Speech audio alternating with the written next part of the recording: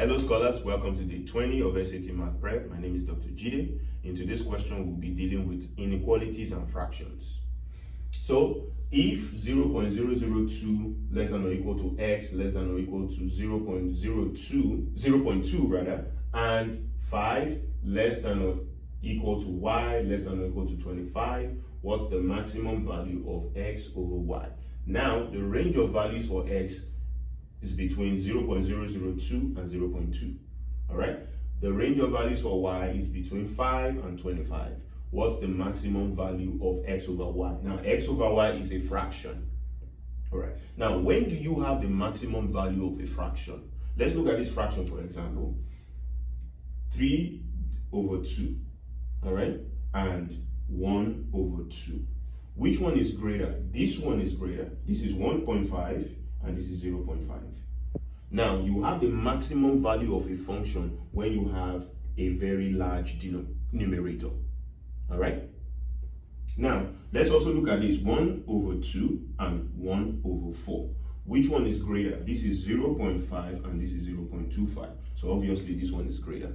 So you have the largest value of a fraction when your denominator is small.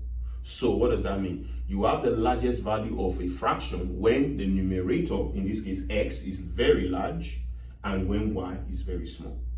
All right? So to find the maximum value of this function, we'll find the largest value of x. What's the largest value of x? 0.2. 0.2.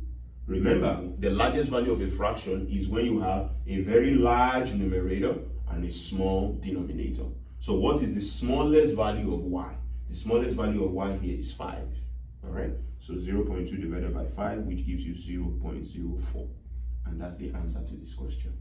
All right? Always remember, the maximum value of a fraction is when you have a very large numerator and a small denominator.